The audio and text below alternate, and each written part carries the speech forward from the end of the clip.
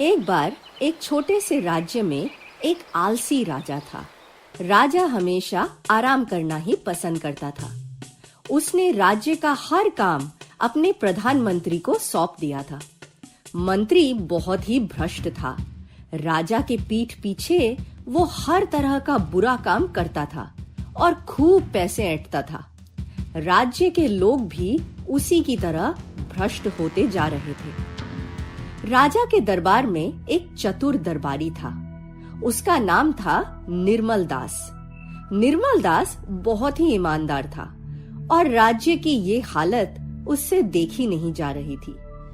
एक दिन उसने भरे दरबार में बोला, महाराज, अगर व्यक्ति ईमानदार और चतुर हो तो सिर्फ अपने बुद्धि का उपयोग करके ही सुखी जीवन बिता सकता है। राजा ने अंगड़ाई लेते हुए कहा, तुम ईमानदार हो और चतुर भी। क्या तुम सच में सिर्फ अपने बुद्धि के दम पर अपना संसार चला सकते हो? हाँ महाराज, निर्मल दास ने गर्व से कहा। प्रधानमंत्री ने हंसते हुए पूछा, महाराज, अगर इसे इतना ही गर्व है अपने योग्यता पर तो क्यों ना हम इसकी परीक्षा ले। निर्मल दास, अगर हमने तुम्हें एक गौशाले में भेजा और कहा कि बिना कुछ बेचे 100 सोने के सिक्के ले आओ तो ला पाओगे? हाँ मंत्री जी, ला सकता हूँ, निर्मल दास ने जवाब दिया, मगर मुझे एक तराजू देना पड़ेगा। बिल्कुल, हम भी देखते हैं कैसे तुम एक तराजू से 100 सिक्के कमाओगे, प्रधानमंत्री ने कहा। अगले दिन निर्मल दास तराजू लेकर गौशाला पहुंचा। वहां पहुंचकर वो गाय को दिए हुए चारे तोलने लगा। गौशाले में काम करने वाले लोग हैरान रह गए। एक ने आकर पूछा, भाई, ये गाय का चारा क्यों तोल रहे हो? निर्मल दास ने जवाब दिया, मैं ये देख रहा हूँ कि गाय को ठीक तरह से पूरा खाना मिल रहा है कि नहीं। गौशाले के लोग डर गए। गौशाले में काम करने वाले सभी मंत्री के साथ मिले हुए थे। वो सारा चारा गाय को देने के बदले बाहर बेच दिया करते थे। उन्हें लगा कि पकड़े जाएंगे। सारे कर्मचारी निर्मल दास से माफी मांगने लगे। हमसे बहुत बड़ी गलती हुई है, हमें किसी तरह से राजा के दंड से बचा लीजिए, उन लोगों ने गिड़गिड़ाते हुए कहा। ठीक है, निर्मल दास बोला, लेकिन मुझे अपने चुराए हुए पैसों में से 100 सोने के सिक्के दो ताकि मैं वो राजा को दे सकूं। लोगों ने फटाफट 100 सिक्के निर्मल दास को दे दिया। अगले दिन निर्मल दास दरबार पहुंचा और अपने पोटली में से 100 सोने के सिक्के निकाल के राजा को दे दिए।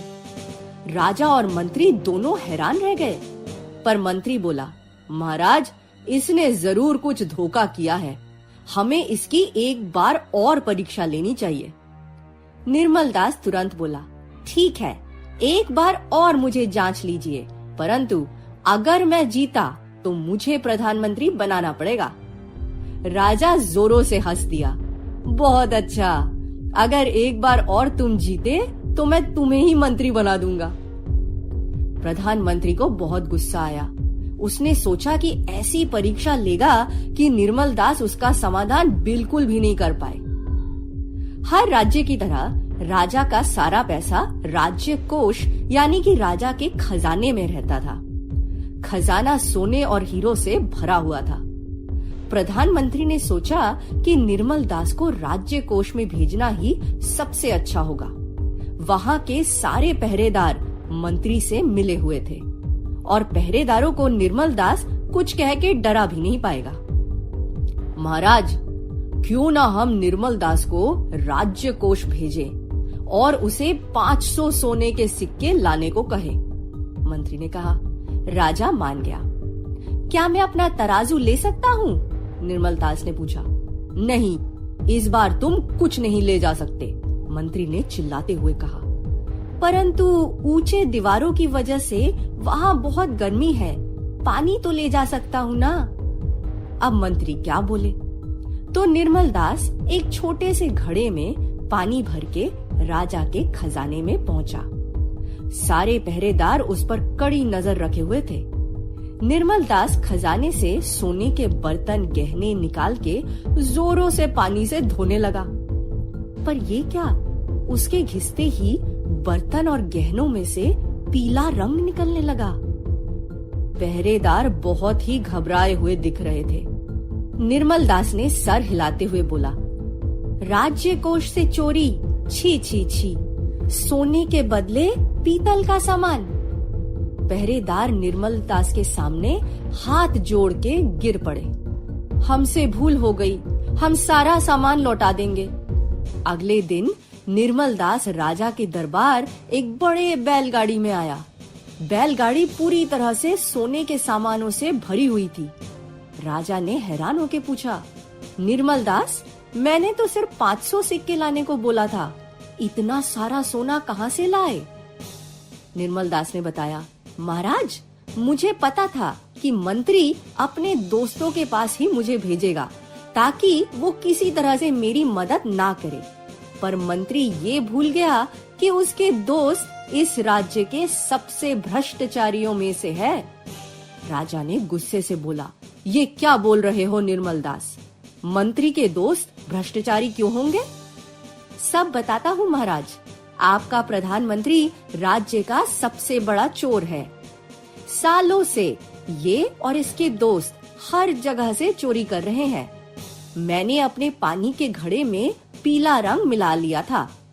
जब मैंने ढोंग किया कि राज्य कोष के गहनों में से पीला रंग निकल रहा है, तो उन्हें लगा कि मैंने उनकी चोरी पकड़ ली है। वो लोग सालों से धीरे धीरे सोना चोरी करके उसके बदले पीतल का सामान राज्य कोष में रख रहे थे। पकड़े जाने के बाद उन्होंने सारा सोना लौटा दिया। मैं सब अपने साथ ही ले आया हूँ। राजा भौचक्का रह गया। उसके राज्य में इतनी बड़ी चोरी हो रही थी और उसे इसकी खबर भी नहीं थी। सैनिकों ने तुरंत मंत्री को गिरफ्तार कर लिया और राजा ने बोला, निर्मल दास, तुमने मेरी आंखें खोल दी।